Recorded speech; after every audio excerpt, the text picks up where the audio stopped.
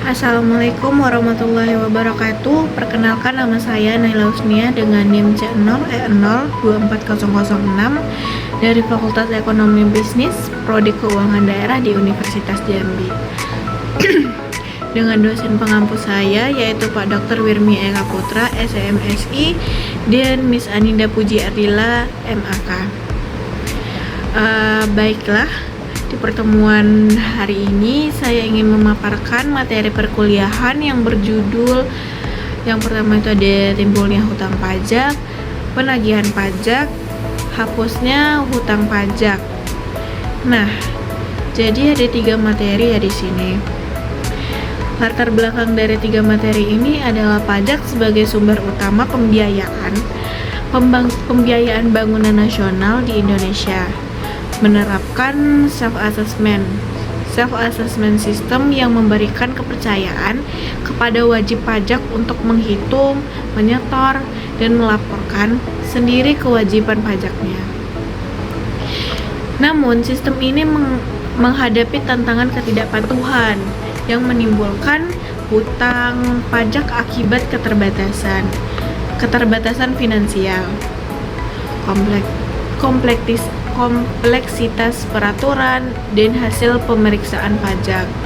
Penghapusan hutang pajak menjadi instrumen penting yang berlandaskan prinsip keadilan dan efisiensi administrasi, dapat berfungsi sebagai stimulus ekonomi, instrumen keadilan sosial, atau solusi efisiensi ketika biaya penagihan melebihi jumlah hutang.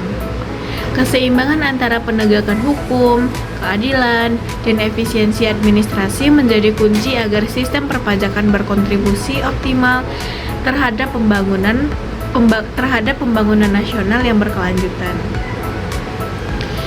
Di sini ada rumusan masalah yang akan kita bahas di materi kita kali ini. Yang pertama itu ada bagaimana mekanisme timbulnya hutang pajak dalam sistem perpajakan Indonesia dan faktor-faktor apa saja yang menyebabkan terjadinya hutang pajak. Nah, yang kedua itu bagaimana prosedur dan efektivitas penagihan pajak dalam mengatasi hutang pajak, serta tantangan-tantangan apa saja yang dihadapi dalam pelaksanaannya. Yang ketiga itu ada bagaimana mekanisme hapusnya hutang pajak dan pertimbangan-pertimbangan apa yang mendasari kebijakan penghapusan hutang pajak itu sendiri. Nah, baiklah, masuklah kita di pertemuan pertama, yaitu timbulnya hutang pajak. Hutang pajak itu timbul jika undang-undang yang menjadi dasar untuk pemungutannya telah ada dan telah dipenuhi syarat-syaratnya, syarat subjek serta objektifnya, yang ditentukan oleh undang-undang secara bersama, simultan. Perbuatan-perbuatan yang menimbulkan utang pajak adalah pemasukan barang-barang dari luar negeri, pembuatan minuman keras, dan penanaman modal pada suatu perseroan terbatas. Apabila timbulnya hutang pajak karena keadaan, dapat tercermin pada suatu penghasilan atau suatu kekayaan.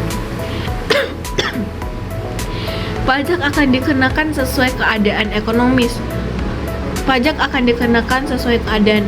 Wajib pajak, dan ada pula akibat keadaan, yaitu kepemilikan kendaraan bermotor dan memiliki senjata api. Di sini ada ajaran atau pendapatan mengenai timbulnya hutang pajak. Yang pertama, adanya ajaran material. Karena adanya undang-undang pajak dan peristiwa atau keadaan perbuatan Tatsbestan serta tidak menunggu dari pihak fiskus atau penerima. Pajak penghasilan akan terhutang pada yang pertama itu pada suatu saat untuk pajak penghasilan yang dipotong pihak ketiga. Yang kedua itu akhir masa untuk pajak penghasilan karyawan yang dipotong oleh pemberi kerja atau oleh pihak lain atas kegiatan usaha. Yang ketiga itu ada akhir tahun pajak untuk pajak penghasilan. Jadi menurut ajaran material ini, apabila taspen sudah dipenuhi maka secara otomatis timbul utang pajak meskipun surat ketetapan pajak itu belum ada. Dan yang kedua itu ada ajaran formal. yaitu karena adanya ketetapan dari pihak pemungutan pajak, yaitu pemerintah atau aparatur pajak, sehingga pajak terutangnya pada saat diterbitkan surat ketetapan pajak (SKP). Jadi, menurut ajaran formal, surat ketetapan pajak merupakan syarat mutlak yang dapat menimbulkan utang pajak. Berikut materi yang kedua, yaitu penagihan pajak. Nah, penagihan pajak adalah serangkaian tindakan agar penanggung pajak melunasi utang pajak dan biaya penagihan pajak dengan menegur atau memperingatkan, melaksanakan penagihan seketika dan sekaligus memberitahukan surat paksa, mengusulkan pencegahan, melaksanakan penyitaan, melaksanakan penyanderaan, menjual barang yang telah disita. Terdapat dua jenis penagihan berdasarkan undang-undang. Berdasarkan Undang-Undang Nomor 19 Tahun 2000 menyatakan bahwa yaitu yang pertama itu ada penagihan pasif. Penagihan pasif adalah tindakan yang dilakukan oleh kantor pelayanan pajak dengan cara melakukan pencatatan dan pengawasan atas kepatuhan, pembayaran massa, dan pembayaran lainnya yang dilakukan oleh wajib pajak. Nah, yang kedua ini ada penagihan aktif. Penagihan aktif adalah penagihan yang didasarkan pada STP, SKP, dan SKP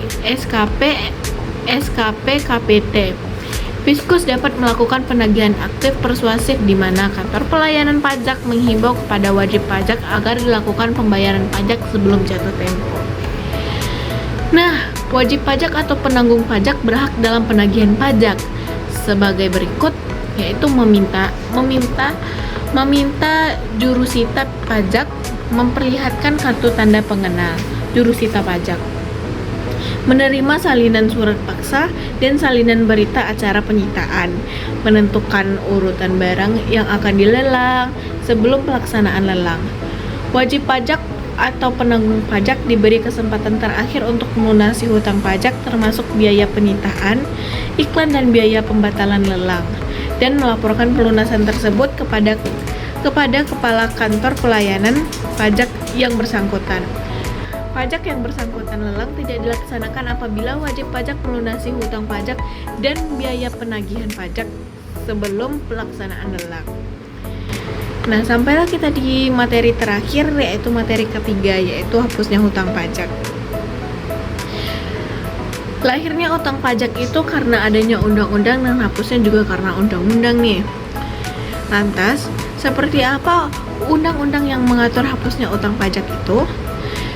Pasal 24 Undang-Undang Nomor 6 Tahun 1983 tentang Ketentuan Hukum dan Tata Cara Perpajakan UU KUP yang menentukan penghapusan piutang pajak diatur dengan PMK.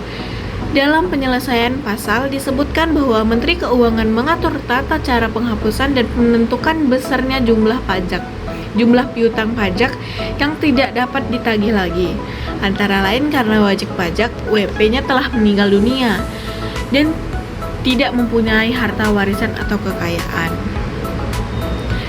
Alasan lainnya bisa karena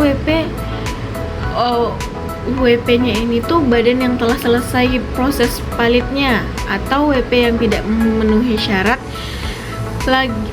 syarat lagi sebagai subjek pajak dan hak untuk melakukan penagihan pajak telah kadaluarsa.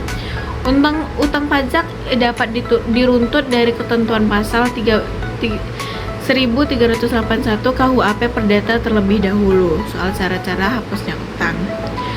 Nah, khusus soal hapusnya utang pajak itu diatur pula pada beberapa pasal UU KUHP, yakni diakibatkan karena pembayaran, penindak pindanaan utang, pembatalan karena daluarsa. Di antara alasan hapusnya utang pajak ini paling tidak bisa disorot adalah soal penindaian hutang pajak amanat pasal 24 KUHP, kemudian diatur lebih spesifik lagi dalam PMK nomor 68 2012 pasal 1 ayat 3. Kesimpulan dari materi hari ini, utang pajak timbul ketika syarat subjektif dan objektif undang-undang perpajakan terpenuhi secara simultan melalui transbens perbuatan, keadaan, dan peristiwa, baik secara otomatis, ajaran material, maupun dengan surat ketetapan pajak, ajaran formal. Penagihan dilaksanakan bertahap mulai dari penagihan pasif, pencatatan dan pengawasan hingga penagihan aktif, surat teguran, surat paksa, penyitaan, dan lelang. Dengan tetap memberikan hak kepada wajib pajak untuk melunasi sebelum utang lelang. Utang pajak dapat hapus melalui pembayaran, kompensasi, penundaan piutang, pembatalan, atau dalarsa. Namun, khusus utang wajib pajak badan yang palit dan likuidasi, BPJ tetap dapat menagih kepada penanggung pajak berdasarkan pasal 32 UUD KUHP, dan penghapusan hanya dapat dilakukan sesuai dengan ketentuan peraturan Menteri Keuangan. Sekian dari saya, jika ada salah saya mohon maaf, saya terima kritik dan sarannya. Terima kasih sebelumnya. Wassalamualaikum warahmatullahi wabarakatuh.